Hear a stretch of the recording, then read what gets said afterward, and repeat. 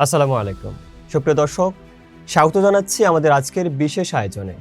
রাজনীতি মানেই কি শুধু ড্রয়িং রুমের আলোচনা? রাজনীতি মানেই কি শুধু এসি রুমের সংবাদ সম্মেলন? না, বাংলাদেশের রাজনীতি মানে রাজপথের বারুদের গন্ধ, টিয়ার গ্যাসের ধোঁয়া আর বুকের তাজা রক্ত। ত্রয়োদশ জাতীয় সংসদ নির্বাচনে বিএনপির এই বিশাল বিজয়ের পেছনে এমন কিছু মুখ আছে যারা গত এক দশক ধরে ঢাকার রাজপথকে নিজেদের রক্ত আর ঘাম দিয়ে ভিজিয়ে রেখেছেন। আজ আমরা তেমনই এক লড়াকু নায়কের কথা বলবো, যিনি পিতার পরিচয় নয় বরং নিজের সাহস দিয়ে হয়ে উঠেছেন বিএনপির নতুন প্রজন্মের ক্রেজ। তিনি আর কেউ নন, ঢাকার রাজপথের crack platoon commander engineer Ishraq Hossain.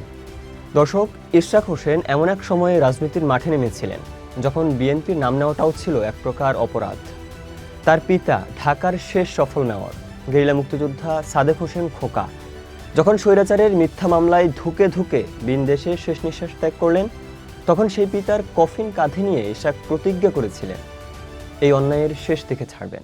তিনি চাইলে বিদেশে আরাম আয়েশের জীবন কাটাতে পারতেন, কিন্তু বাঘের বাচ্চা কি আর বিড়াল হয়ে থাকতে পারে?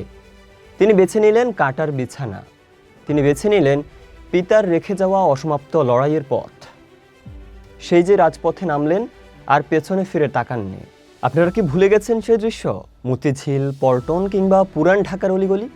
যখনই বিএনপি রাস্তায় নামার চেষ্টা করেছে, পুলিশ যখন বৃষ্টির মতো গুলি আর টিয়ার শেল ছুঁড়েছে, তখন সবার আগে বুক চিতিয়ে কে দাঁড়িয়েছিলেন? হ্যাঁ, তিনি ইঞ্জিনিয়ার ইশরাক হোসেন।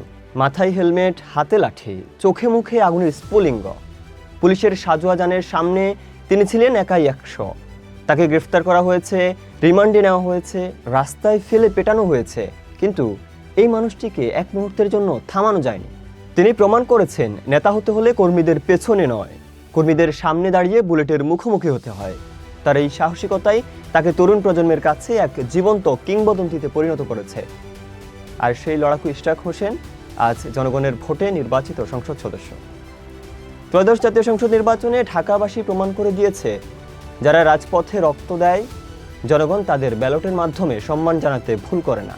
যেই ছেলেটি একদিন পুলিশের লাঠির বাড়িতে রক্তাক্ত হয়ে রাস্তায় পড়েছিল, আজ সেই ছেলেটি দেশের আইন প্রণেতা হিসেবে সংসদে ঢুকবে।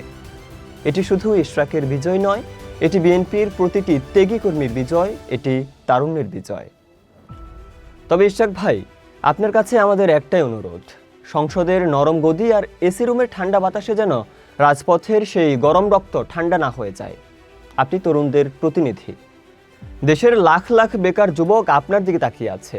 ডিজিটাল বাংলাদেশের নামে যে লুটপাট হয়েছে তার বিচার চাইতে হবে। সংসদে দাঁড়িয়ে আপনাকে সেই আগের মতোই গর্জে উঠতে হবে, ঠিক যেমনটা আপনি পল্টনের মোড়ে দাঁড়িয়ে করতেন। আমরা বিশ্বাস করি পিতার মতোই আপনিও ঢাকাবাসীর তথা পুরো বাংলাদেশের মানুষের হৃদয়ে জায়গা করে নেবেন। সুপ্রিয় দর্শক, ইশরাক হোসেন প্রমাণ করেছেন রাজনীতি কোনো ভোগের বস্তু নয়, রাজনীতি হলো ত্যাগের মহিমায় জ্বলে ওঠা এক অগ্নি পরীক্ষা।